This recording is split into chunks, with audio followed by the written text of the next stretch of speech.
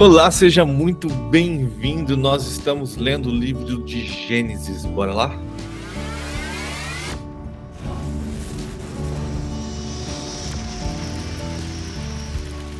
Obrigado, Senhor, por tua fidelidade, pela sua graça, pelo seu amor e pela sua misericórdia derramada sobre nossas vidas todas as manhãs. Louvado, exaltado e engrandecido seja teu nome, Pai. Obrigado, Jesus, porque na cruz levou os nossos pecados e ressuscitou para nos dar vida eterna.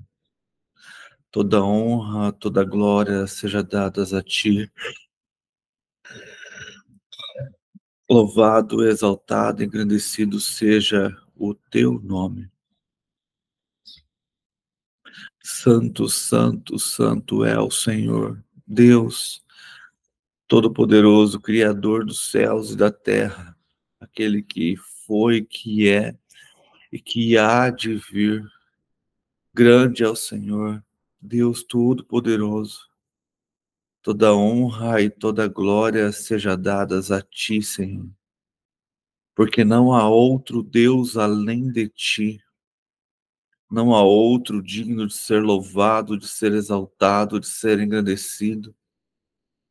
Nós te louvamos, Pai, te amamos, porque o Senhor é maravilhoso, porque o Senhor é bom, e o Senhor nos ouve, e o Senhor tem cuidado de nós, tem manifestado a sua graça, do seu poder sobre nossas vidas. Louvado, exaltado e engrandecido seja o Senhor. Pai, te peço nesta manhã, pelas nossas vidas, o Senhor venha estar tocando os nossos corações. O Senhor conhece nossos sonhos, nossos desejos. O Senhor conhece cada detalhe de nossas vidas. O Senhor também sabe do que precisamos, do que não precisamos.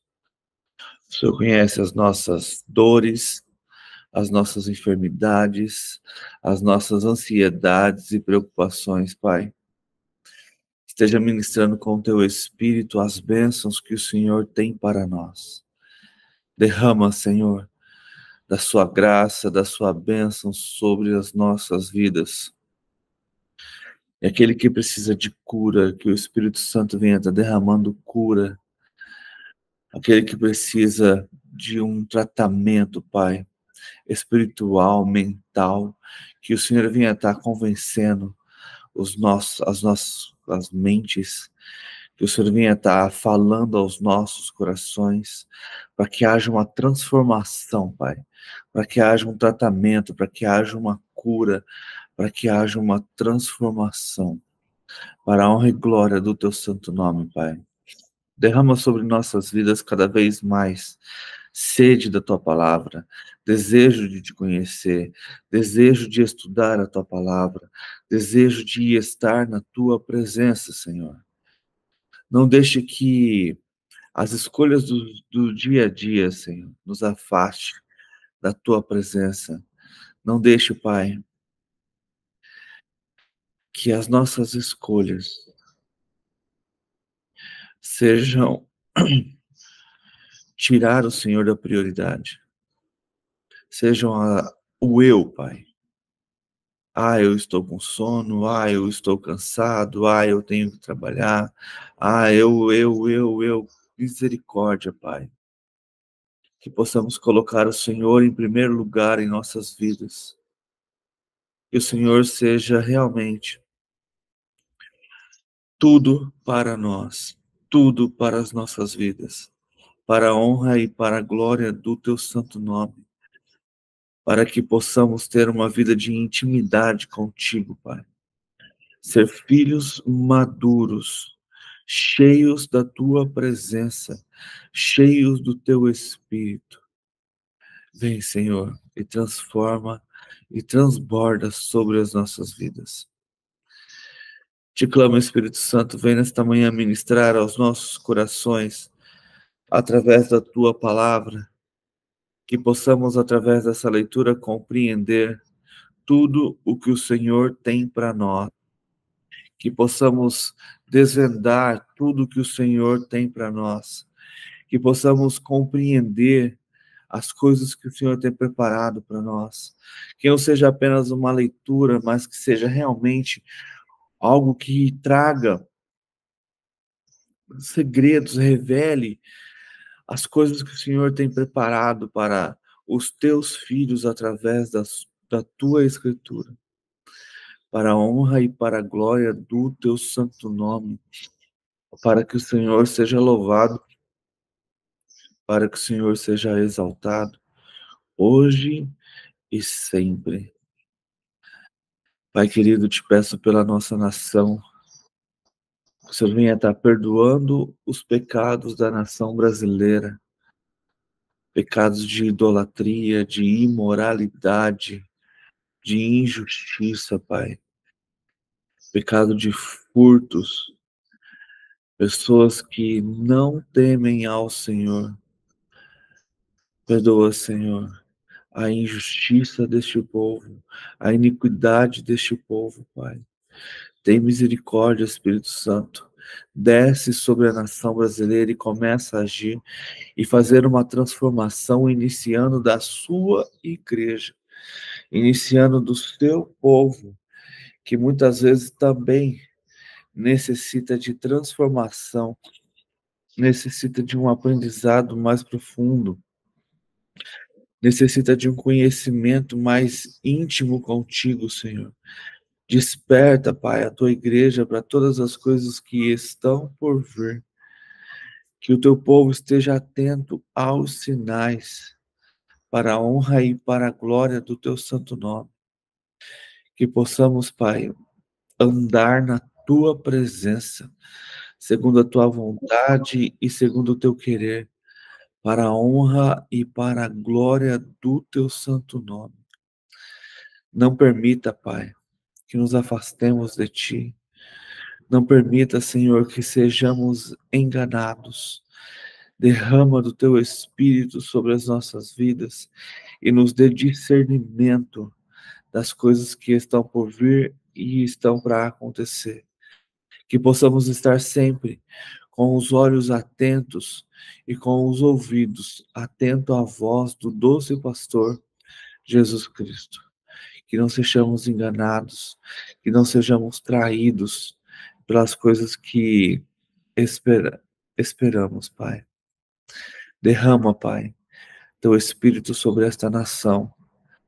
Começa pelos governantes também, Pai.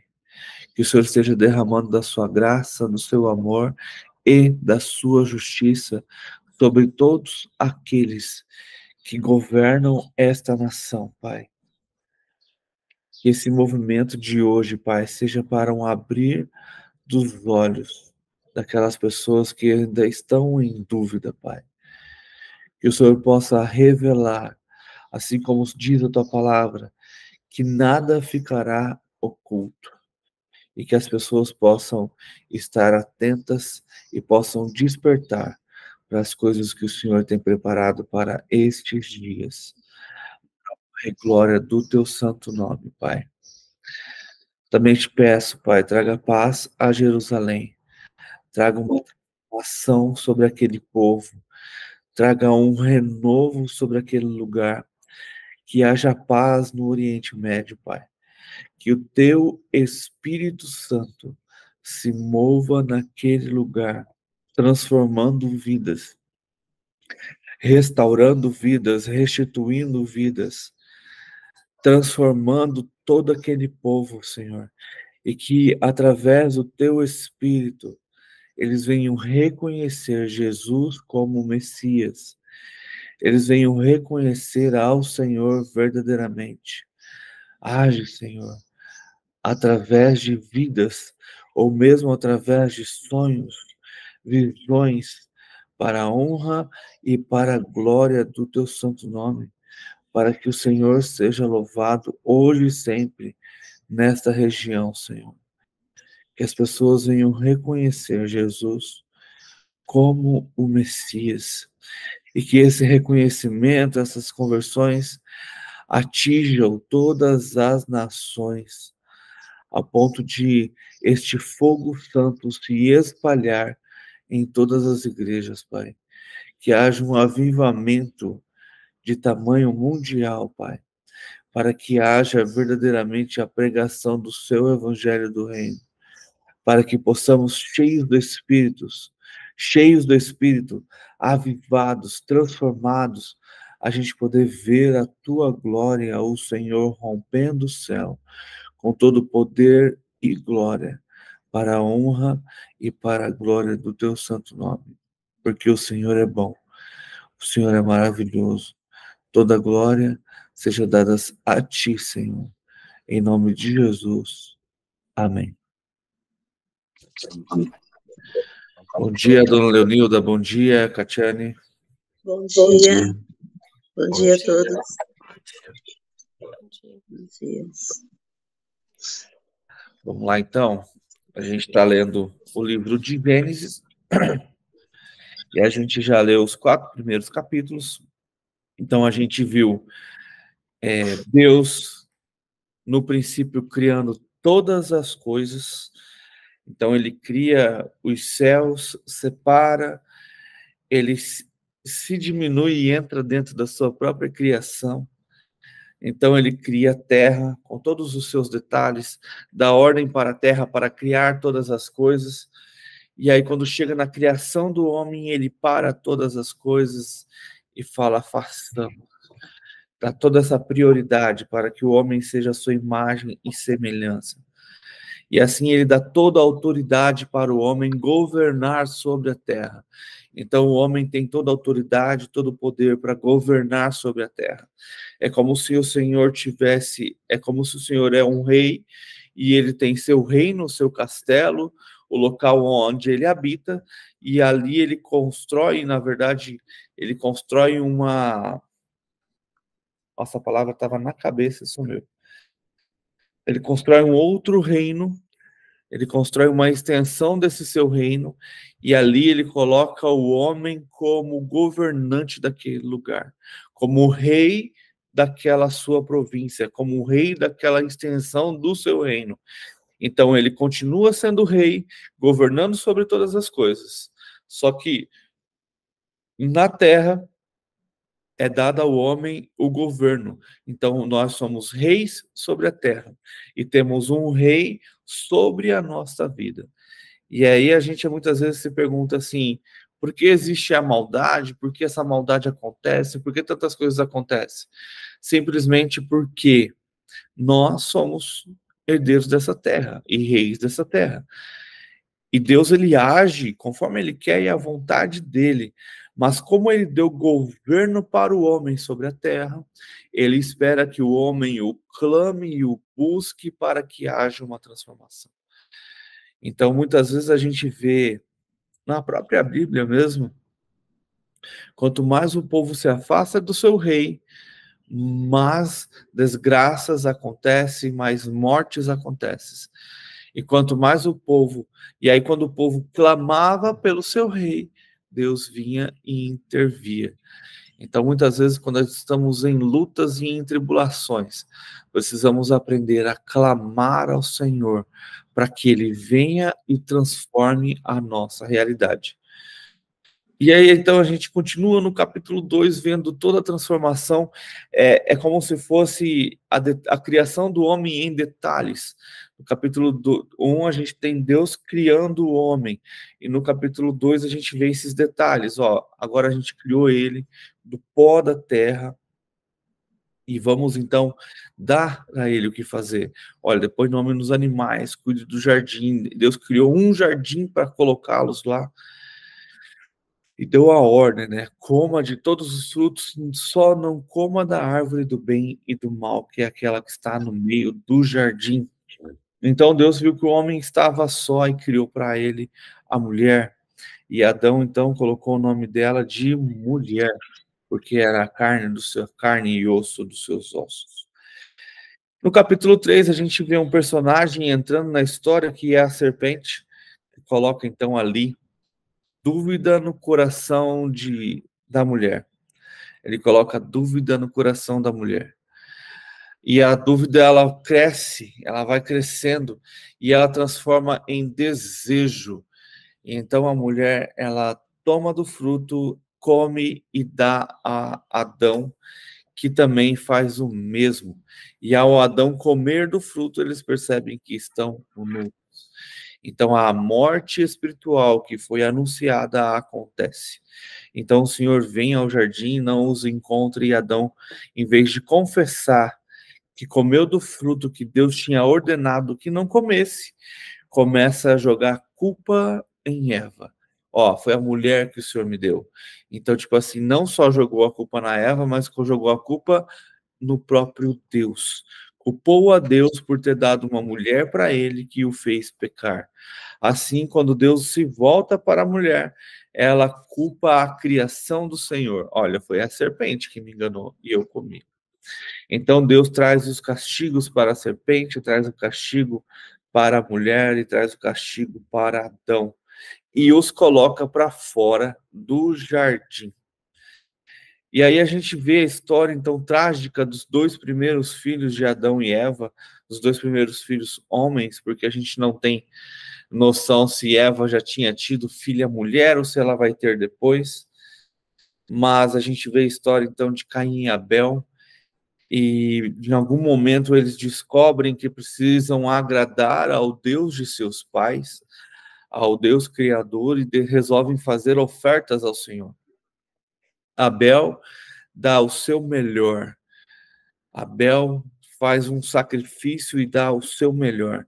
Dá a gordura da sua melhor criação, da sua melhor ovelha.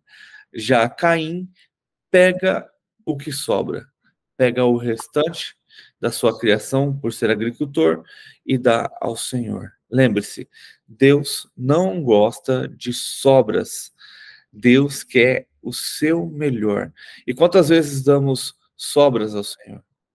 Deixamos tudo para o último momento, deixamos tudo para aquele último segundo, deixamos para falar com Deus apenas no momento de dormir. E Deus não gosta de sobras. Deus quer o seu melhor. Deus quer a sua oferta real.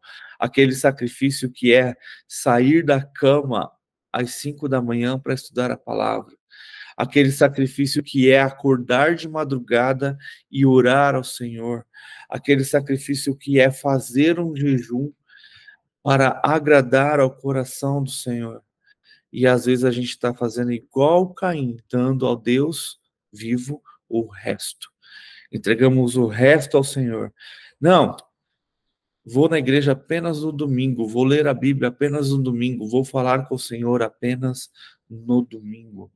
E a gente sabe que Deus quer de nós relacionamento e intimidade.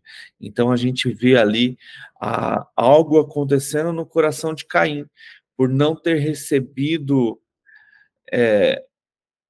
por Deus não ter recebido a sua oferta, e o ódio começa a entrar no coração de Caim, ao ponto dele matar o seu próprio irmão.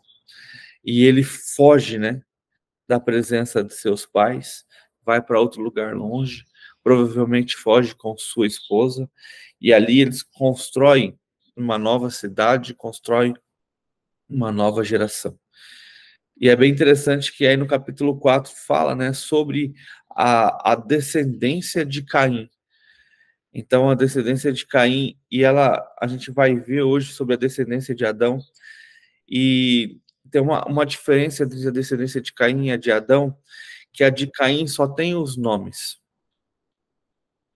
Então, Caim teve um filho chamado Enoque, de Enoque nasceu Irade, de Irade Meujael, de Meujael Lameque, e de Lameque a gente tem o Balcaim e por aí vai.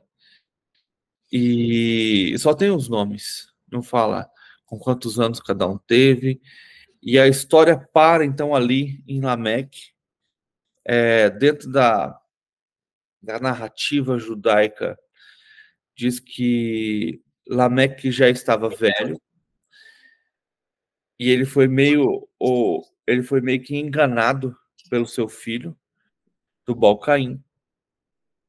E, na verdade, deixa eu tentar lembrar a história. Na verdade, acho que foi... Eu sei que ele foi, segundo os judeus, ele foi enganado e matou sem querer Caim, na história, dentro da história judaica. E por essa raiva que ele teve, ele também matou um dos seus filhos pequenos. E aí, a gente tem nessa história aqui um personagem que às vezes a gente passa por cima, no versículo 4, que é a Naamã. Tá ali, filha de Tubal-Caim. Filha de Tubal-Caim. Naamã, que vai ser a mulher de Noé. Filha de Tubal-Caim. Então a gente tem aí a descendência de Caim ainda continuando sobre a terra. O Éter, é filha de Tubal-Caim ou é irmã de Tubal-Caim? Pior, né? Li errado aqui. Tubal-Caim teve uma irmã chamada Naamã. É isso aí. Filha de Lameque. Então é filha de Lameque, né? É, filha de Lameque. Erro meu, desculpe. Filha de Lameque. Naamã, que se torna esposa de Noé. E aí, então, nasce Sete, filho de Adão, o seu próximo filho homem, né? Para continuar a sua geração. Lembra que a gente está aqui, agora a gente vai começar o capítulo 5 e vai falar sobre as gerações de Adão até Noé. E é bem interessante algo que a gente vai visualizar aqui, que o que é contado é o primogênito homem. Lembra que isso vai durar por muito tempo, que até quando na época de reinados, se nascesse uma filha mais velha, ela não era herdeira do reino. Geralmente ela era colocada para casar com algum rei, para fazer aliança. Mas herdeiro do reino geralmente é o homem mais velho. Então, mesmo que tivesse nascido, vamos dar um exemplo assim, 3 mulheres, e nasceu e o último a nascer for o homem é o herdeiro. Ele é o primogênito homem, herdeiro de tudo que tem. Então a gente começa a ver que isso vem... Lembra que isso foi contado por Moisés, então a gente vê isso sempre acontecendo. E ele traz dessa forma. Então quando a gente vai ver aqui a genealogia de Adão, os descendentes de Adão, a gente vai ver que está falando dos homens primogênitos. E é bem interessante, né, que por Caim ter fugido, Adão provavelmente dado ele como morto, e Abel morrido, Sete se torna, então, o primogênito e descendente da herança de Adão. Então, vamos lá, Gênesis capítulo 5, a descendência de Adão, versículo 1. Esse é o registro da descendência de Adão. Quando Deus criou o homem, a semelhança de Deus o fez. Homem e mulher os criou. Quando foram criados, ele os abençoou e os chamou homem. Aos 130 anos, Adão gerou um filho à sua semelhança, conforme a sua imagem, e deu-lhe o nome Sete. Depois que gerou Sete, Adão viveu 800 anos e gerou outros filhos e filhas. Viveu ao todo 930 anos e morreu. É bem interessante que esse dia estudando, eu ouvi uma frase bem curiosa. Por que ele morreu com 930 anos? Por que a gente conhecendo, a gente conhece a história, não houve ninguém que viveu mais de 1000 anos. Percebe que o mais longe foi, se eu não me engano, 969, que foi Matusalém. Mas ninguém viveu 1000 anos. É porque, lembra que a gente vai lá em Pedro, e Pedro fala que para Deus um dia é como se 1000 anos é como se fosse um dia. E dentro da história, é que por Adão ter comido do fruto, a promessa de Deus é que naquele dia ele morreria. Então, para esses homens que foram tão longínquos naquela época, então não poderia viver os 1000 anos porque passaria de um dia para Deus. Então, naquele dia eles teriam que morrer. Aí as pessoas ficam naquele julgamento, né? Naquelas, cara, mas esses 930 anos são literais?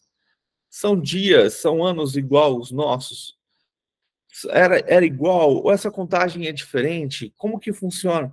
Cara, eu gosto de ser literal. Que realmente foram 930 anos.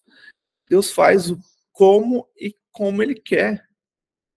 Era necessário que o homem vivesse tudo isso para que houvesse habitantes na Terra. Para que contassem histórias e histórias.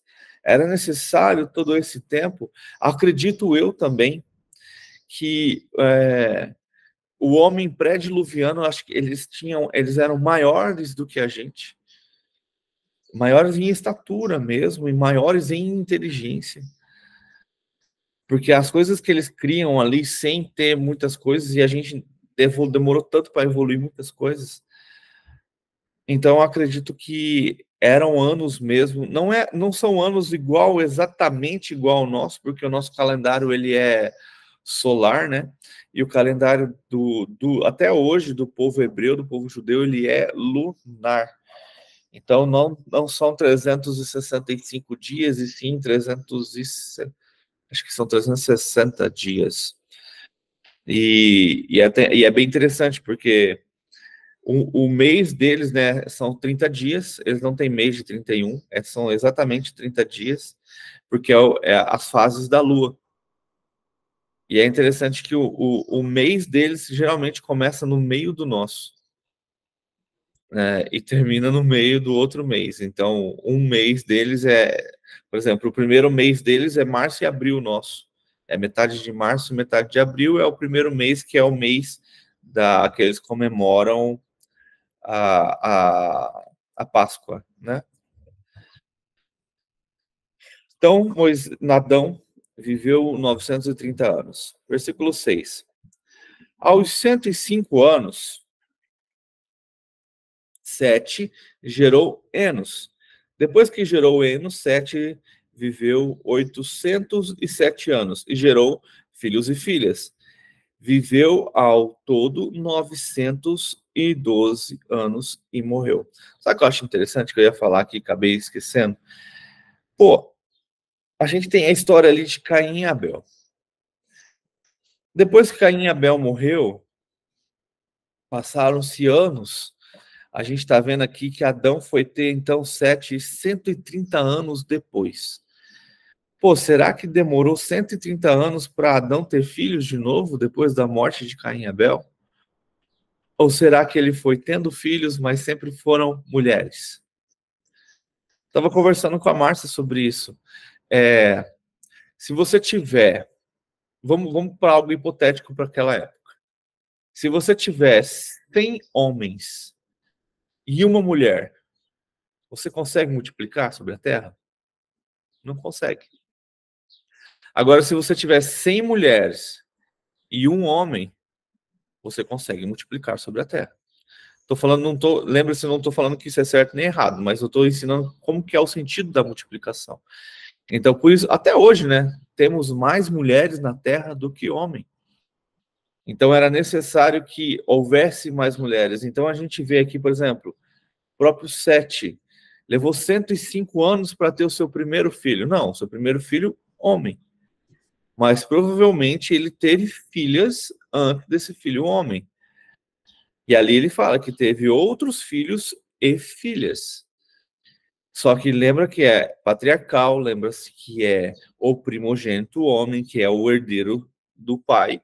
Então a gente começa a ver ali, então, falando sobre o primeiro filho homem. Eu acredito que houveram filhas mulheres antes disso. Assim como eu acredito e eu acredito, isso não está na Bíblia, tá? Isso vem no meu coração, que os primeiros filhos de Eva não foram Caim e Abel, e sim foram mulheres. Porque a frase de Eva, quando Caim nasce, que é com o auxílio do Senhor tive um filho homem, isso dá interpretação de que ela já tinha tido filhos e eram filhas, mulheres. Mas com o auxílio do Senhor, Deus me deu agora um filho homem. E assim eu acredito que dentro dessa descendência que a gente vai ler, que a gente vê ali que a maioria deles, os filhos homens, vieram ali, ó. O mais novo foi com 65 anos. A maioria já é acima disso. Então, acredito que antes disso vieram mulheres. Lembra-se que, mas é porque eles se tornavam adultos. Não, se tornavam adultos como a gente.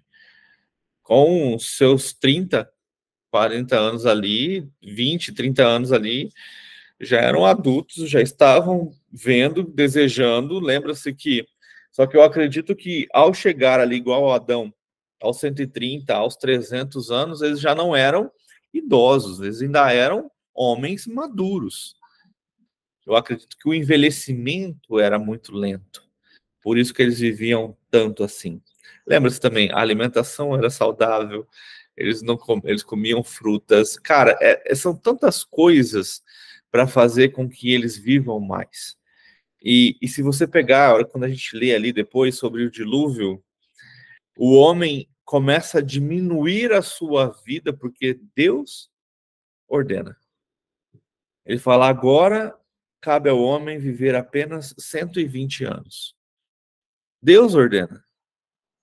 E, na verdade, se a gente pegar ali depois do Êxodo, eles vivem bem menos, principalmente os mais poderosos.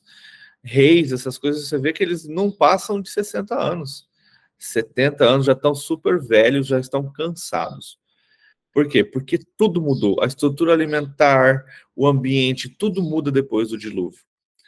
E é interessante que como Noé e seus filhos nasceram antes do dilúvio, antes dessa fala do Senhor, Noé e seus filhos ainda vivem além do que Deus fala.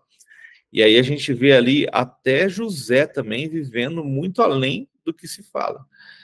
Mas aí já a partir de Moisés a gente já começa a ver essas idades não passarem.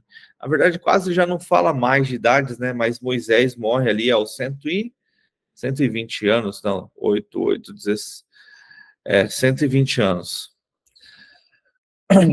Vamos continuar, então. Versículo 9. Aos 90 anos, Enos gerou Cainã. Depois que gerou Cainã, Enos viveu 815 anos e gerou outros filhos e filhas. Viveu ao todo 905 anos e morreu. Aos 70 anos, Cainã gerou Maalalel,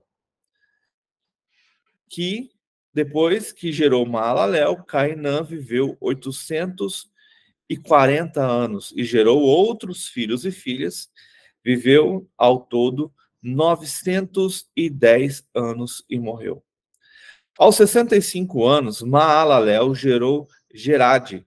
Depois que gerou Gerade, Maalalel viveu 830 anos e gerou outros filhos e filhas. Viveu 895 anos e morreu. Versículo 18. Aos 162 anos, olha como esse demorou, Jarade gerou Enoque. Depois que gerou Enoque, Jarade viveu 800 anos, gerou outros filhos e filhas e viveu 962 anos e morreu. Lembra que na geração de Caim também teve um Enoque? A gente precisa sempre estar atento que são pessoas diferentes. Enoque é o primeiro filho de Caim. E aqui, se eu não me engano, acho que ele é o sétimo. na descendência de Adão. 21. Aos 65 anos, Enoque gerou Matusalém. Depois que gerou Matusalém, Enoque andou com Deus 300 anos. E gerou outros filhos e filhas. Viveu ao todo 365 anos. Enoque andou com Deus. E já não foi encontrado, pois Deus o havia arrebatado. Essa história de Enoque, cara, ela é muito maravilhosa, ela é muito boa, porque a gente já começa a entender que Deus arrebata os seus. Então, isso nos dá a entender que no futuro seremos também arrebatados por Deus. Essa é a esperança de que haverá verdadeiramente um arrebatamento, assim como ele fez aqui com Enoque, e assim como ele também fez com Elias. Então, Enoque andou com Deus. Cara, olha que maravilhoso isso. Sabe que outra coisa que eu estava pensando também? Lembra-se que, mesmo Caim indo para outra cidade, as coisas não eram muito longe. Eles não andavam de carro, não tinha ainda domínio sobre cavalos, sei lá.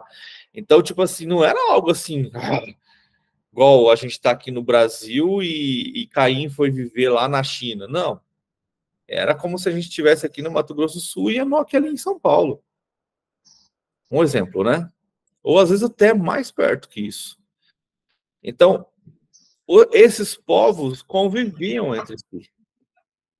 Querendo ou não, você pode pensar, eles acabam sendo povos exploradores. Quanto mais gente vai tendo, mais você vai ter que explorar para achar alimento, para achar mais terra, para cultivar e tal. E aí, então, eu acredito que nesse período já começou a haver, já começou a haver uma mistura entre os povos. Que a gente vai ver que isso acontece no capítulo 6 de Gênesis. Então começa a haver uma mistura entre os povos. Então a gente vê lá que em 7 fala-se que Deus começou a ser, no capítulo 4, no final, naquela época começou-se a invocar o nome do Senhor. O último versículo a última frase, né? Do capítulo 4. Então, com o nascimento de 7, naquela época começou-se então a invocar o nome do Senhor. E aí a gente tem várias gerações. Até Enoque, a gente já tem aí mais de 500 anos. Quando Enoque nasce, já se passaram 500 anos. Então, pensa só. Misturaram já houve, estavam juntos. Então, provavelmente, o Senhor começou... Lembra-se que a humanidade começa a se afastar do Senhor, é natural, é o pecado. Então, provavelmente, esses descendentes de Adão também já começaram a se perder. São muitos. E aí, quando a gente tem aqui o autor, o Moisés falando, cara, que Enoque andou com Deus, significa então que teve uma descendência. 1, 2, 3, 4, 5, 6, 7. O sétimo, olha a numerologia como é interessante. O sétimo começou então a andar com o Senhor. Enoque conheceu Adão. Eu vou até mostrar já para vocês, que eu acho bem interessante isso aqui. Enoque conheceu a Adão. Então, ele estava vendo, ele ouviu as histórias do Gênesis vinda do Adão. Então, a gente tem aqui, ó, Enoque, ali, ó, na verdade, Enoque nasceu assim, um pouquinho depois de 600 anos depois de Adão. Adão já tinha ali seus 600 anos quando Enoque nasceu. Mas Adão ainda viveu ali mais 300 anos e Enoque, ó, olha que louco isso. Quando Enoque é levado pelo Senhor, é um pouco logo depois que Adão morre. Aqui acho que aqui, deixa eu ver se é isso, 6, 7, 8, 9, Então, ó, no ano 900, quando Adão morre, Enoque está ali andando com o Senhor. Então, Enoque, cara, conheceu Adão, conheceu Sete, conheceu Enos, conheceu essa história. Lembra que a gente já falou que a cultura era passada oralmente? Então, provavelmente, Adão fazia aquela roda e contava como era maravilhoso morar no paraíso. Como era maravilhoso morar no jardim do Éden, as frutas, os animais, mas que um dia ele fez uma escolha ali, ele teve que sair daquele lugar. E então ele começa a apresentar Deus para a sua descendência. E Enoque, ao conhecer Deus verdadeiro, começa a ter intimidade com esse Deus e começa a fazer o quê? Andar com Deus. Olha que lindo isso. Enoque, então, ele anda com Deus. E aí, por andar com Deus, com certeza, Deus revelou e ele sabia muitas coisas. Ele virou um apócrifo, né? Que muita gente não gosta, que fala que foi escrito depois. E tem toda uma narrativa em cima dos livros de Enoque. Mas ali também tem coisas assim bem estranhas, muito loucas. Mas o próprio Judas, não o Iscariote, mas o Judas, irmão de Jesus lá na frente, ele cita Enoque. Então, é uma história que era contada. E para nós foi levada como algo errado. Então, se um dia tiver curiosidade, peça ao Espírito Santo que te revele e vá ler os livros de Enoque. Tem coisas ali que é bem difíceis de entender, mas se a gente pensar, cara, hoje a gente está vendo pessoas falando por exemplo, Enoque fala de alienígenas, né? E a gente vê hoje pessoas falando de alienígenas. Aí você fala assim, mas como assim? Cara, os demônios podem se transformar no que eles quiserem. E por que eles não podem se apresentar como seres de outro lugar totalmente estranho, totalmente fora dali? Mas aí Enoque, então, tinha revelações. Eu acredito que ele tinha muita intimidade com Deus, ao ponto de Deus o arrebatar. Chega, vem para cá. E olha o que é interessante. A idade com que Enoque foi arrebatado. 365. Tem alguma referência aos nossos anos? 365. Vamos continuar. Aos 187 anos, olha como Matusalém também demorou para ter seu filho homem. E imagina, então, Matusalém, filho de Enoque, olha o tanto que ele andou com Enoque, o quanto intimidade será que ele também não tinha com o Senhor? Conhecendo seu pai, ouvindo também ali as histórias de Adão. Então, aos 187 anos, Matusalém gerou Lameque. Lembra que a gente tem também um Lameque na geração de Caim? São pessoas diferentes. Sempre temos que estar atento a isso. Depois gerou Lameque Matusalém.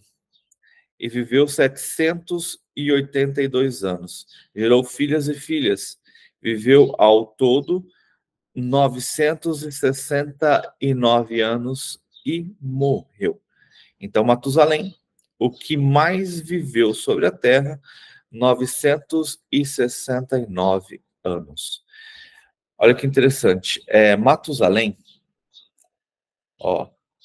o dilúvio acontece aqui, no ano 1656.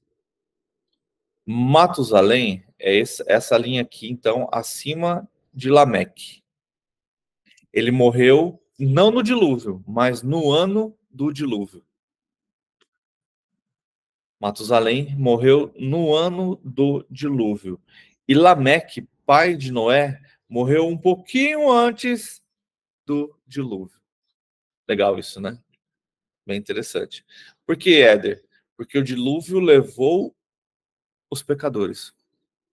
Se Matusalém tivesse que morrer no dilúvio, se ele tivesse morrido no dilúvio, se você parar para pensar, estaria errado.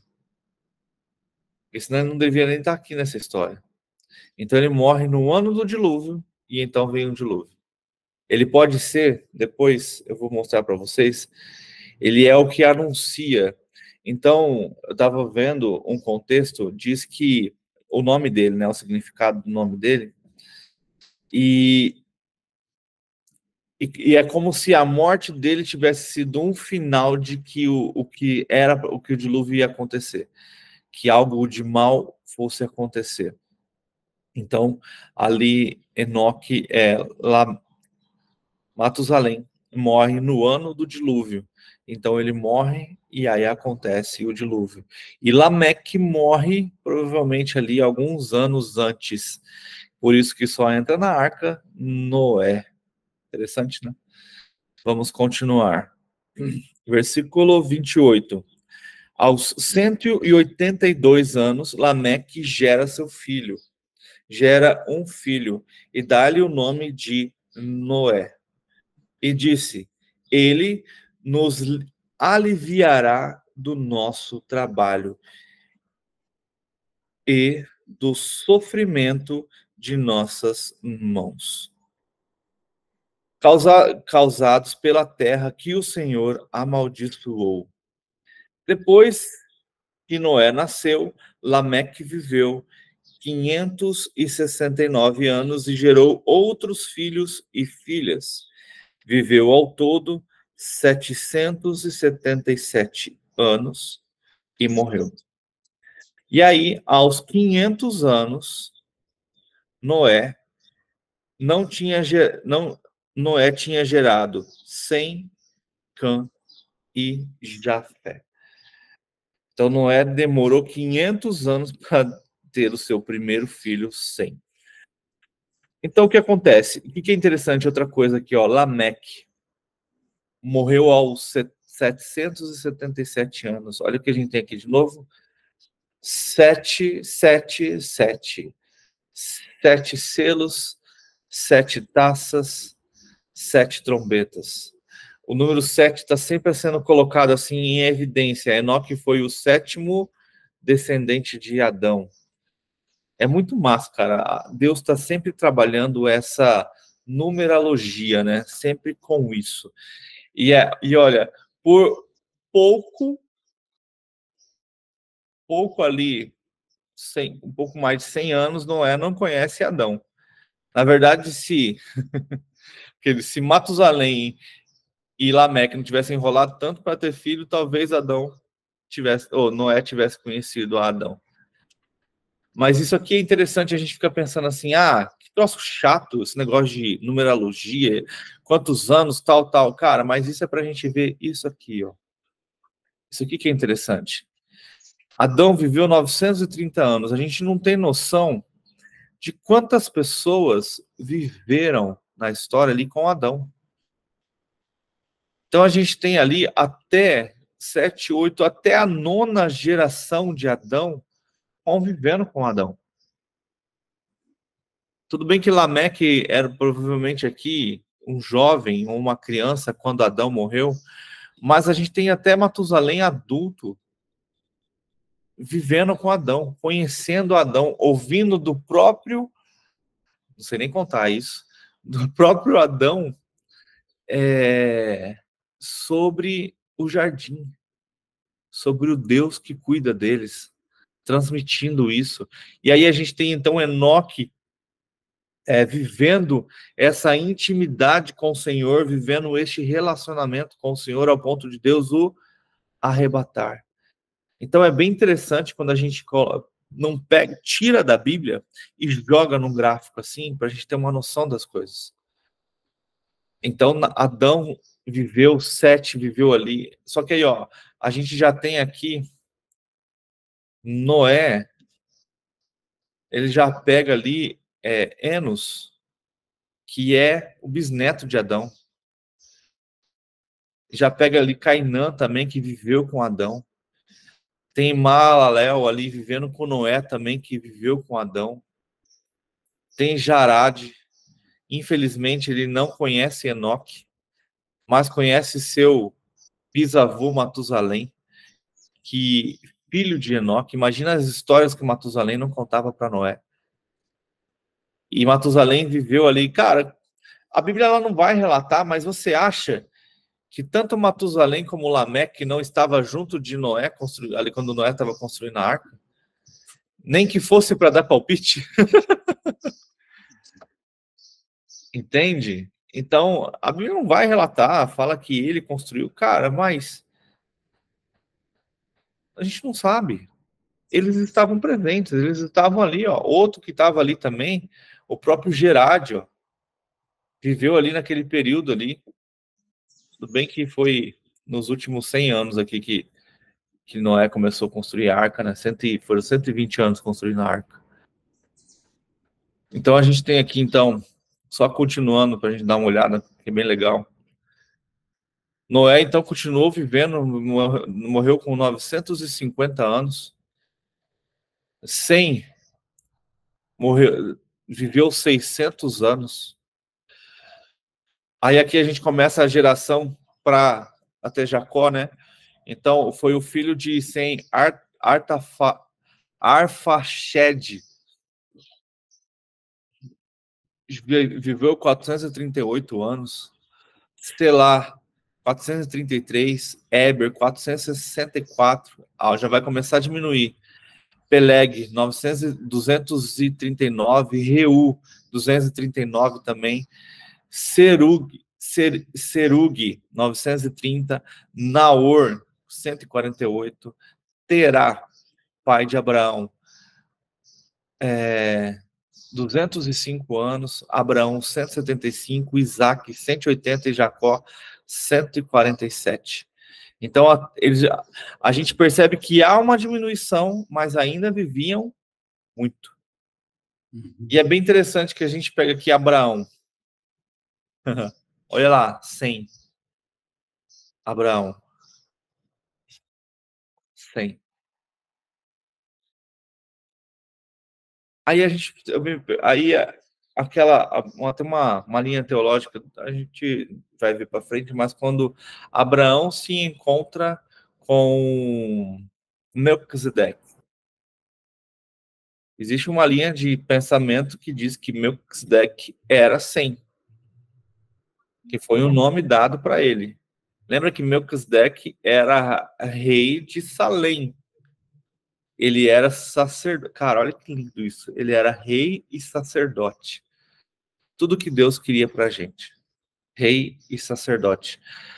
Ele era filho de Noé, conhecedor do Deus vivo. Ele viu o dilúvio, ele viu todas as coisas, ele viu toda a humanidade. Ele teve a bênção patriarcal do seu pai.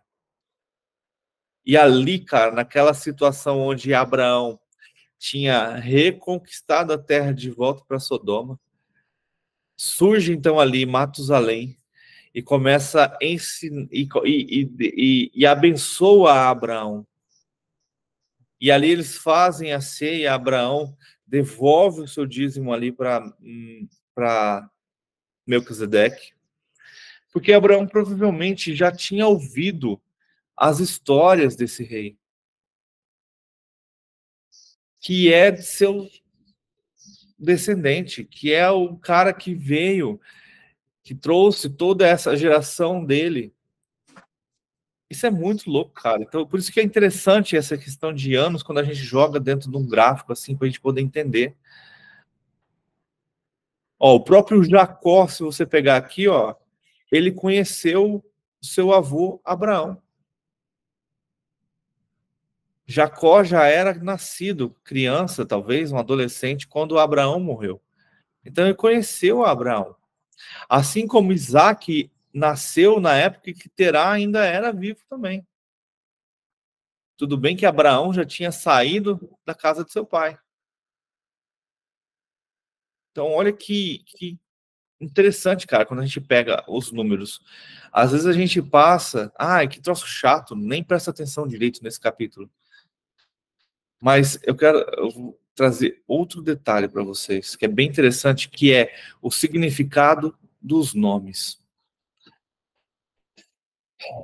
Então, a gente tem aqui alguns significados de nome. Adão, a gente sabe que significa homem, né? Sete significa apontado. Enos, mortal. Cainã significa desgraça, pena, aflição. Maalalel, santo de Deus. Gered descerá. Enoque, ensinado. Matusalém, olha lá, ó, sua morte trará. Lembra que eu falei que Matusalém morreu no ano do dilúvio? O significado do nome de Matusalém é sua morte trará. Lameque, desesperado, sem esperança. E Noé, descanso. E aí, cara, os teólogos, os linguistas, ajuntam essas coisas e se transformam numa frase muito legal que remete ao Cristo. Aos homens está designado, né, apontado uma morte de desgraça, mas o Deus Santo descerá ensinando, e a sua morte trará descanso aos desesperados. Então, cara, toda a descendência ali de Adão e o significado de seus nomes traz isso, né?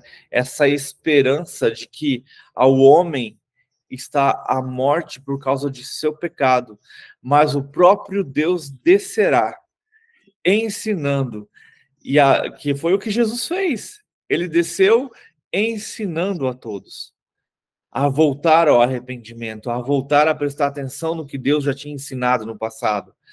E a sua morte trouxe a nós descanso, aqueles que estavam desesperados. A sua morte trará descanso aos desesperados. Olha que maravilhoso, cara. Ou aos desesperados trará descanso. Então Deus, ele cara, são detalhes. Quando você começa a ouvir eu estava ouvindo uns rabinos para entender um pouco do hebraico, o contexto, eles falam assim, cara, você passa anos, se você quiser, só no primeiro versículo de Gênesis 1:1, debatendo sobre aquilo ali, de tão rico que é o texto em hebraico. Aonde você tem cada palavra um significado, cada letra dentro daquela palavra um significado, e aquilo vai alimentando. Então, quando você tem ali, eles falam assim, quando você pega Gênesis de 1 ao 6, cara, se você pegar ali contexto hebraico, os nomes, tudo aquilo, você vai ficando assim, cheio, cara, é muito conteúdo. É muito conteúdo, é muitas coisas que, quando a gente faz uma leitura superficial, quando a gente não presta atenção, quando a gente não tem ali aquilo, você fica assim, caraca, o que é isso? O que eu quero saber, quem viveu tantos anos ou poucos anos? Aí o que acontece? É aquela leitura que a pessoa, às vezes, nem lê, nem presta atenção, só passa. Mas ele não pensa, cara, por que Adão levou 130 anos para ter o seu filho Sete? Ou então, por que o tal do Matusalém, não, do Lameque, foi levar 182 anos para ter Noé? E aí eu costumo dizer assim, cara, porque assim Deus quis. A gente sabe hoje que tem a ver com genética, que tem a ver com XY, para trazer o homem e a mulher, que não é nem culpa do homem nem da mulher, se vai nascer homem ou mulher. Mas, cara, eu gosto de um Deus que cuida dos detalhes. Que tem todo o poder e toda a autoridade, sim, para interferir nisso. Para deixar que esses homens nasçam no tempo certo, no momento certo. E por isso... Agora há pouco você falou uma coisa interessante, que essas coisas aconteciam aí, era muito, assim, era muito próximo. O que eu achei interessante é o seguinte, que Deus fez tudo isso aí, assim, naquele espaço ali de 1000 anos, todas essas pessoas viveu aquelas quantidades de anos aí, mas era num tempo de 1000 anos. Um viveu 700, 900, mas todos esses nasceram entre esses 1000 anos aí. O que acontece? Você falou assim, isso era tudo muito próximo. A Terra, quando Deus fez ali, eu vejo isso no meu entendimento, que acontece? Você fala assim, fulano deve ter conhecido, viveu com fulano, quando fulano vivia com Deus.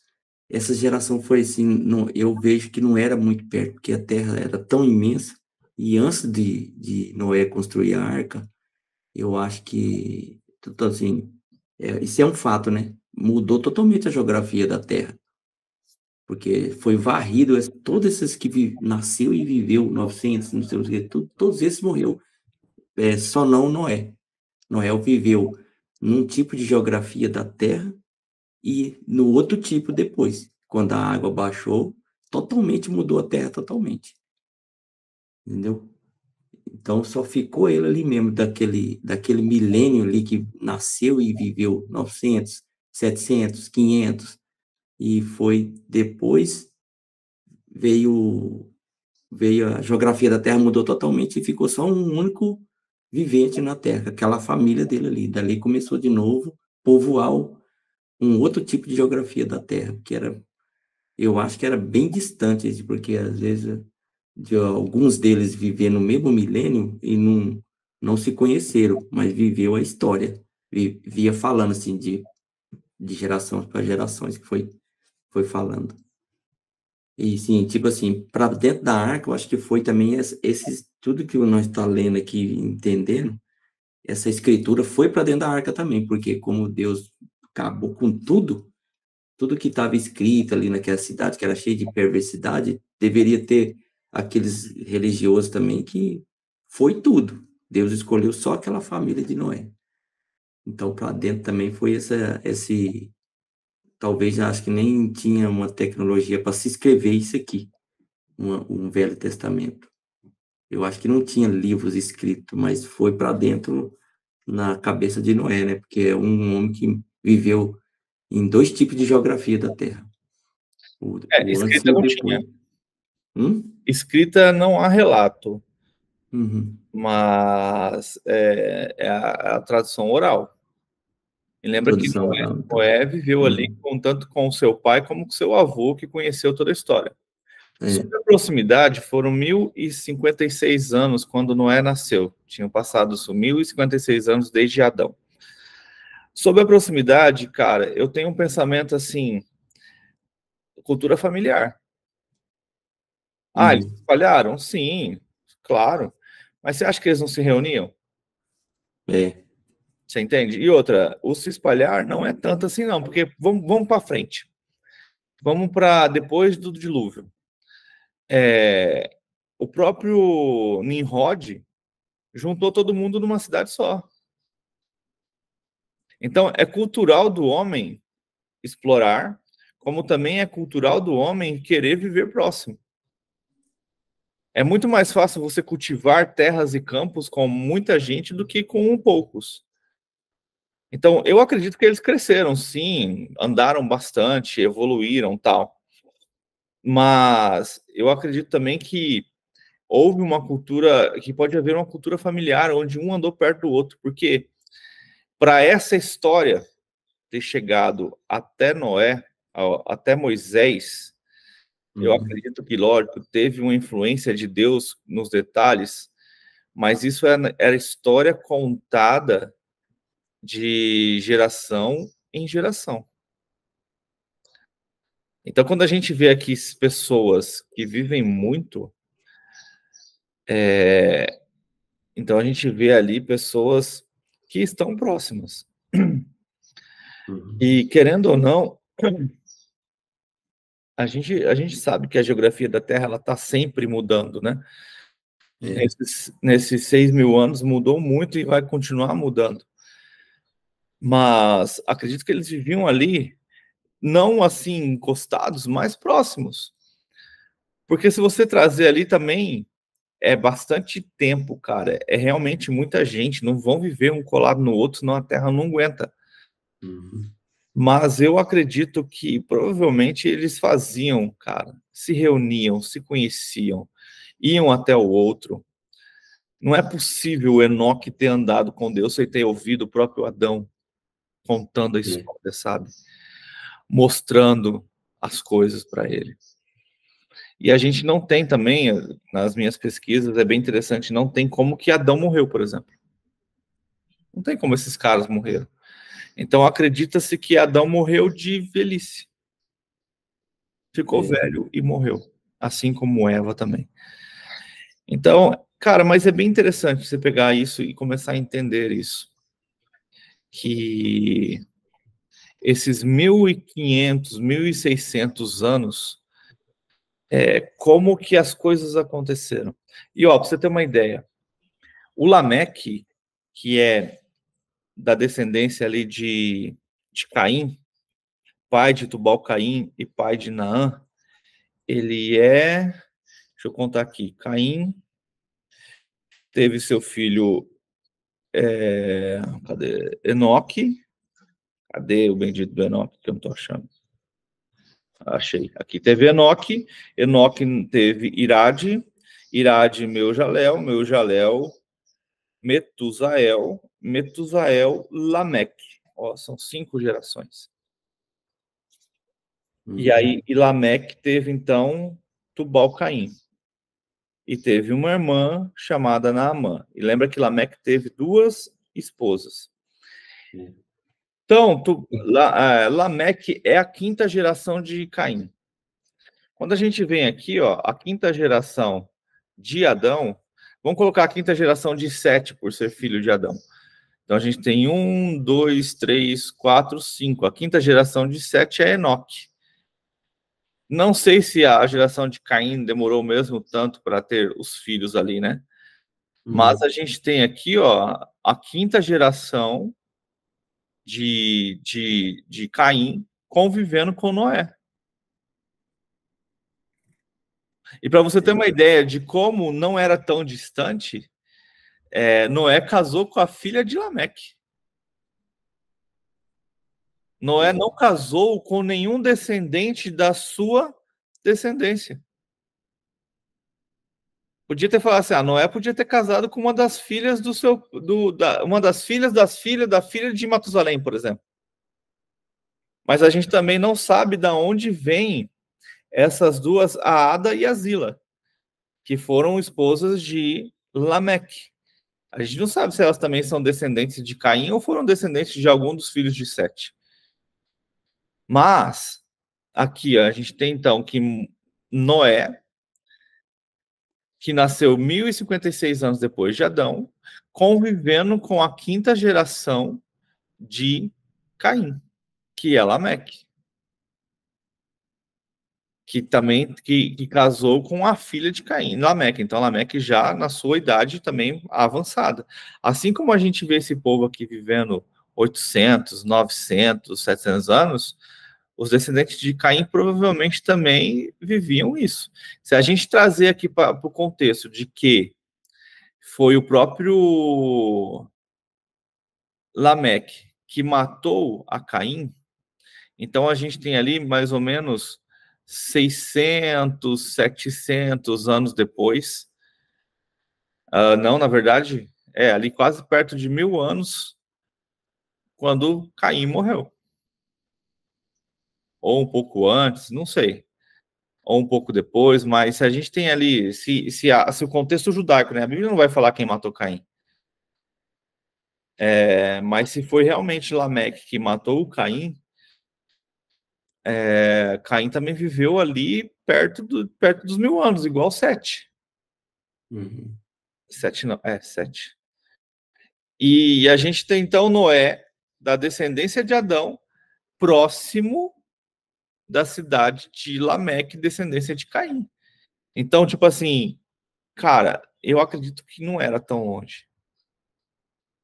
Que era próximo, assim, ao ponto de você conseguir chegar lá a pé, entendeu?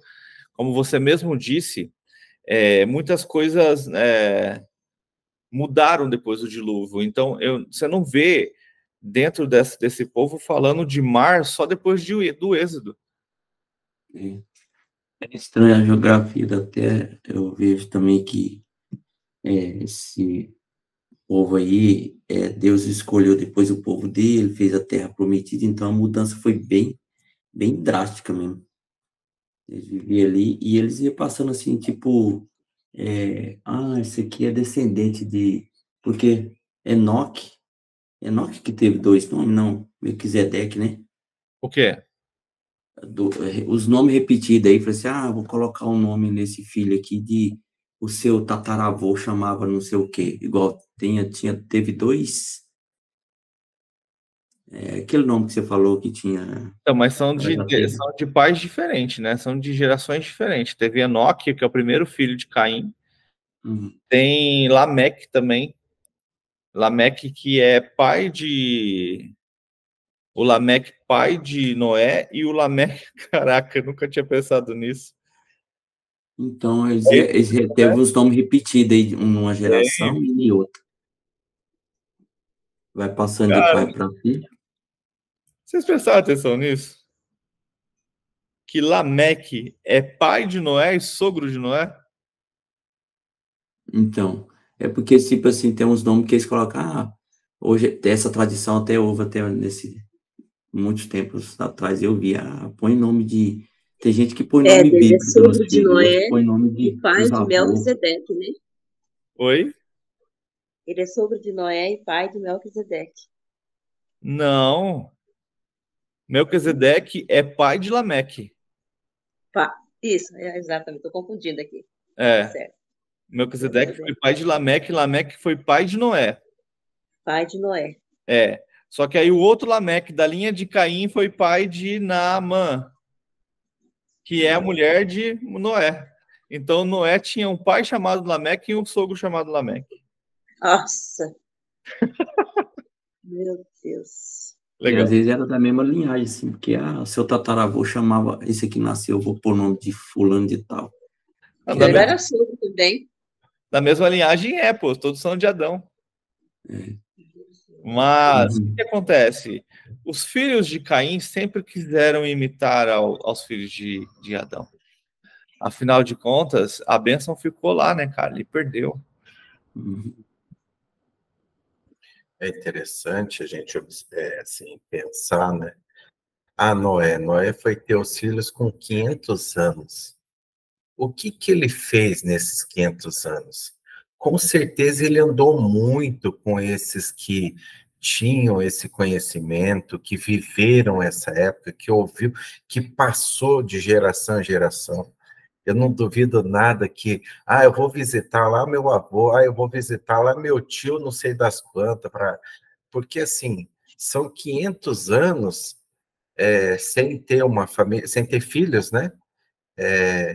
Provavelmente ele se dedicou muito a querer entender tudo aquilo. Quem era, qual era a história, né? O que tinha acontecido. E ele bebeu da fonte ali dos que ainda estavam ali, né? Então, e é interessante isso. Eu penso que por mais distante que seja, que um estivesse do outro, mas é como um parente distante, que às vezes você pega lá num ano, você vai lá e visita, vai lá e vai... Não vai estar relatado aqui, né? Mas pode ter acontecido, sim, dele ter ido visitar, dele ter ido passar alguns anos com fulano, com Beltrano, e aprendendo ainda cada vez mais, porque quando acontece o dilúvio, só tem Noé e a sua descendência. E ele fica encarregado de passar toda essa história do início, né? Ou seja, até ali, os 1000 anos, vamos dizer assim, ele é o responsável por passar isso adiante, né? E hoje a gente tem uma situação seguinte, pelo menos eu falo, né? A minha cabeça parece que não aguenta, não cabe mais nada, né? Com tanta informação que a gente tem das nossas vidas. É senha disso, é senha daquilo outro, é senha não sei o quê, são regras de trânsito, são regras de não sei o quê. É tanta informação que você não consegue armazenar. Naquela época, o que eles tinham era só a história de Gênesis. Então, assim, por isso que passava-se de um para o outro, mas passava com riqueza de detalhes. Riqueza de detalhes. Que hoje a gente não consegue nem passar com riqueza de detalhes. Falar, e aí, como é que foi suas férias? Ah, foi boa. O cara não consegue... Bem raso, né? Isso. Mas por quê? Porque a gente guarda muita informação e já tem a cabeça cheia. Então, eu penso que Noé, realmente, ele viveu dessa... Ele buscou isso. Mas, sabe o que é interessante? Quando a gente vai ler amanhã, mas só porque a gente está falando de Noé, no capítulo 6, no versículo 9, que começa a contar a história da família de Noé, tá bem assim, Noé era um homem justo, íntegro, entre o povo da sua época. Ele andava com Deus. E aí a gente pergunta assim, por que levou 500 anos para ter filho? Por que Abraão não teve filho, só teve filho na velhice? Porque assim Deus quis. Entendeu? Imagina se Noé tivesse feito como seus antepassados, tido filhos e filhas. Ele não ia construir a arca, ele não ia fazer essas coisas, ele podia se perder, porque ele ia ficar preocupado com seus filhos. Então ele foi ter seus filhos na época, praticamente, da construção da arca. Quando Deus o chama para fazer a arca. Foi quando Noé começou a ter seus filhos. Ele só caminhando com Deus, só aprendendo. Deus preparando ele todo o tempo. E eu fico pensando assim, cara, como que Noé era justo e íntegro? Porque, cara, eu não acredito que ele casou com essa mulher quando ele tinha 500 anos. Eu acredito que ele pode ter casado com ela ali quando ele tinha, sei lá, vou chutar alto para não ficar tão longe, 100 anos. Então ele viveu com essa mulher 400 anos fiel a ela sem ter filho com outra mulher. E ela também com ele, então só os dois. E isso que o Diego falou, olha que interessante, a possibilidade de ser só os dois, de poder ir visitar e estar e conhecer essas pessoas. Porque a gente hoje, quando a gente tá no carro, um monte de coisa, quando a gente tem filho, a gente já começa a se estar restrito a algumas coisas, começa a já não ir tanto em alguns lugares. Imagina naquela época. Então, tipo assim, cara, Deus faz todas as coisas perfeitamente. Então a gente tem que tirar o chapéu para Noé, que andava com Deus. Olha só, andava com Deus. O único cara que teve essa mesma frase foi o próprio Enoque, que foi arrebatado. Então, cara, se ele andava com Deus é porque ele ouviu falar de Deus. E Deus viu nele justiça e integridade. E olha só, para o povo da sua época. Então significa que o povo daquela época, todos já tinham caído na imoralidade, ao ponto de Deus trazer um dilúvio. Então é bem interessante, cara, você pensar algumas coisas, né? E se a gente pôr para pensar ali, Enoque, que é a cidade que Caim construiu, lembra que Caim deu o nome do filho para a cidade. Provavelmente era uma cidade muito grande, cheia de... e próspera, né? Porque quando a gente vem aqui na descendência de Enoque, são os filhos de Enoque que fazem harpas, flautas, que mexem com o bronze e com o ferro. São os filhos de Caim. É a descendência de Caim que faz isso. Então, provavelmente, os filhos de Adão, de Sete, também frequentavam essas cidades para ter alguns benefícios para a sua agricultura, para alguma coisa. Então, provavelmente, eles conviviam. E esta convivência que trouxe toda essa decadência de uma geração, de toda aquela geração. Ao ponto de Deus encontrar só em Noé justiça e integridade. Ao ponto de separar. Lembra-se quando... Olha que louco, cara, como que Deus vai ligando as coisas. E tem que parar já. Lembra quando Abraão tem a visita dos 3 anjos, que a gente sabe que um era o próprio Cristo, e o Senhor o leva a um penhasco e mostra para ele Sodoma e Gomorra? Qual que é a intercessão de Abraão para que Sodoma e Gomorra não seja destruído? Senhor, se tiver 50 justos lá, o Senhor vai destruir? Não destruirei. Se eu encontrar... Olha só, se eu encontrar 50 justos dentro de uma cidade, eu não destruirei a cidade. Mas, Senhor, Caraca, Deus, tu é muito bom. Mas e se tiverem 30, 20, 10? Aí Deus fala, não é o último, né? Abraão, acho que o último é 10. Se houverem 10 justos, eu não destruirei a cidade. Não encontra. O único justo que Deus encontra lá é o próprio Ló. E ele vai lá e faz o quê? Resgata Ló, sua esposa e suas filhas. E olha só, aos olhos de Abraão, poderia haver outros justos ali, entende? Ou seja, muitas vezes nós, ao olharmos, a gente fala, fulano, beltrano, você acredita que são justos, entende? Sim. Não fazendo julgamento aqui, mas Deus sabe quem é e quem não é. Então, Abraão chegou ali e falou assim, não, meu senhor, mas se tiver 50, não vou destruir ele. Deus já sabia que não tinha Sim. essa quantidade, mas aos olhos, às vezes, de Abraão, ele imaginava que poderia ter, e não tinha.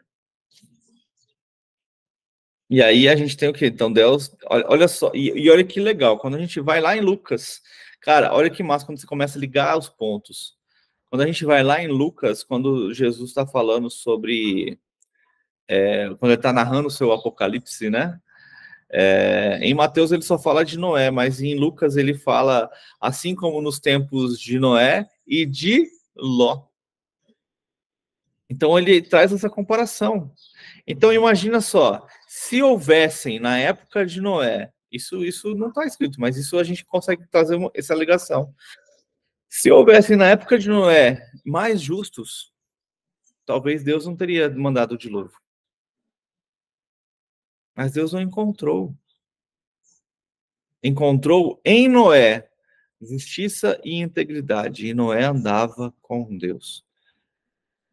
Talvez ali seu pai e seu avô, Matusalém, que viveram muito também, mas aí seus filhos já talvez se perderam, seus outros filhos e filhas, ao ponto de daquela geração, daquela última geração, a 10ª geração de Adão, só Noé ser dado aqui como justo e íntegro. Então, se Deus tivesse achado mais gente, talvez não teria o dilúvio. Mas era uma geração que estava totalmente corrompida e perdida. E a gente vê essa corrupção no capítulo 6, que a gente vai ler amanhã. Então, antes de Noé começar a construir a arca, a gente vê que a terra ela estava totalmente corrompida. E por isso que Deus vem com o castigo. Fechou? Fechou. A gente consegue fazer um negócio simples se tornar um negócio gigante, já passou de 6h30. Tava vendo, né? Tava buscando sobre. E quando você pega assim a leitura do versículo, dá 5 minutos. Aí a gente pensa assim, se eu for só ler, 5 minutos. Mas se você debruçar em cima e começar a pesquisar, buscar informação daqui e dali, você gasta 1 hora e meia e você ainda não aprendeu tudo. Por isso que eu gosto de dizer, ler a Bíblia é importante? Sim. Mas mais importante ainda é estudá-la. É fazer igual pano, sabe? Que você vai torcendo, torce até essa última gota. E ler a Bíblia é ficar secando o chão com pano molhado. Vai estar sempre molhado. Vai ser sempre superficial. Sempre você vai estar ali na superficialidade daquilo. Nunca você vai se aprofundar verdadeiramente em cada detalhe, em cada coisa. Fechou? Fechou. Vamos encerrar, senão o Éder não pode falar. Deus é muito bom, gente. Deus é muito bom. Diego, pode orar para a gente? Finalizar, por favor? Sim. Amém. Vamos orar, então. Senhor nosso Deus, ó Pai amado, obrigado, Senhor, obrigado por mais um dia, ó Pai, que o Senhor nos concede, este dia abençoado, ó Pai, esse dia em que nós queremos, ó Pai, honrá-lo, glorificá-lo, ó Pai. Paizinho, agradecemos por este momento de estudo da Tua Palavra, ó Pai. Queremos cada vez mais nos aprofundar nesse estudo, ó Pai, para que as nossas vidas sejam transformadas cada vez mais. Nós queremos parecer cada vez mais com Cristo Jesus, ó Pai. Queremos também ser luz para aqueles que estão na escuridão, ó Pai. Assim como seu Filho foi e continua sendo, Pai. Paizinho, queremos que a Tua Palavra venha governar sobre as nossas vidas, dando-nos a direção daquilo que o Senhor tem para nós. Usa-nos, Pai, como ferramenta do Senhor. Paizinho, queremos pedir por aqueles que estão, neste momento, passando por alguma dificuldade financeira ou dificuldade de saúde, Pai. Que o Senhor esteja derramando o seu Espírito Santo sobre a vida deles, dando o consolo, dando o descanso, Pai. E dando também, ó Pai, a esperança. Paizinho, queremos agradecer também por aqueles que foram curados, por aqueles que, de alguma forma, o Senhor os alcançou, resgatou-os do atoleiro, ó Pai. Queremos agradecer por isso, ó Pai. Queremos pedir por aqueles países que estão em guerra, ó Pai. Pelos inocentes que estão passando por dificuldade de lutas, os idosos, as crianças, sê com todo o seu povo, Senhor. Dê o consolo, dê o alento, leve o entendimento também, ó Pai. Paizinho, queremos ainda pedir pelos nossos governantes, ó Pai, seja em nossa cidade, no estado, em nosso país. Que o Senhor seja com todas as autoridades, ó Pai, esteja sobre a vida deles, esteja usando pessoas, ó Pai, para que, de alguma forma, a sua vontade seja feita sobre as vidas deles e sobre as nossas vidas também, Senhor. Paizinho, pedimos que o Senhor seja conosco no dia de hoje, esteja à frente de tudo aquilo que nós formos fazer. Que o Senhor venha primeiro, ó Pai. Sempre em primeiro lugar, sempre o primeiro, Pai. Pois queremos te honrar, queremos glorificar o seu nome, Pai. Nós oramos agradecidos no nome do seu Filho amado, Jesus Cristo. Amém. E assim a gente finaliza mais uma leitura, mais um estudo. É maravilhoso, cara, ver como Deus age em nossas vidas e ver os detalhes das Escrituras, da onde a gente pode tirar tanta coisa. Que Deus te abençoe e que você tenha mais sede da palavra de Deus.